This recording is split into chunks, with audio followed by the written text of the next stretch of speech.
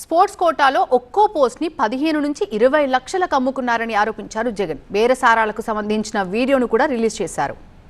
ఈ sports quota కింద ఉద్యోగాలకు ఒక్కొక్క పోస్టుకు 15 లక్షల నుంచి 20 లక్షల దాకా అమ్ముకుంటూ బేరసారాలు జరుగుతూ ఉన్న వీడియో కూడా బయటకు వచ్చింది.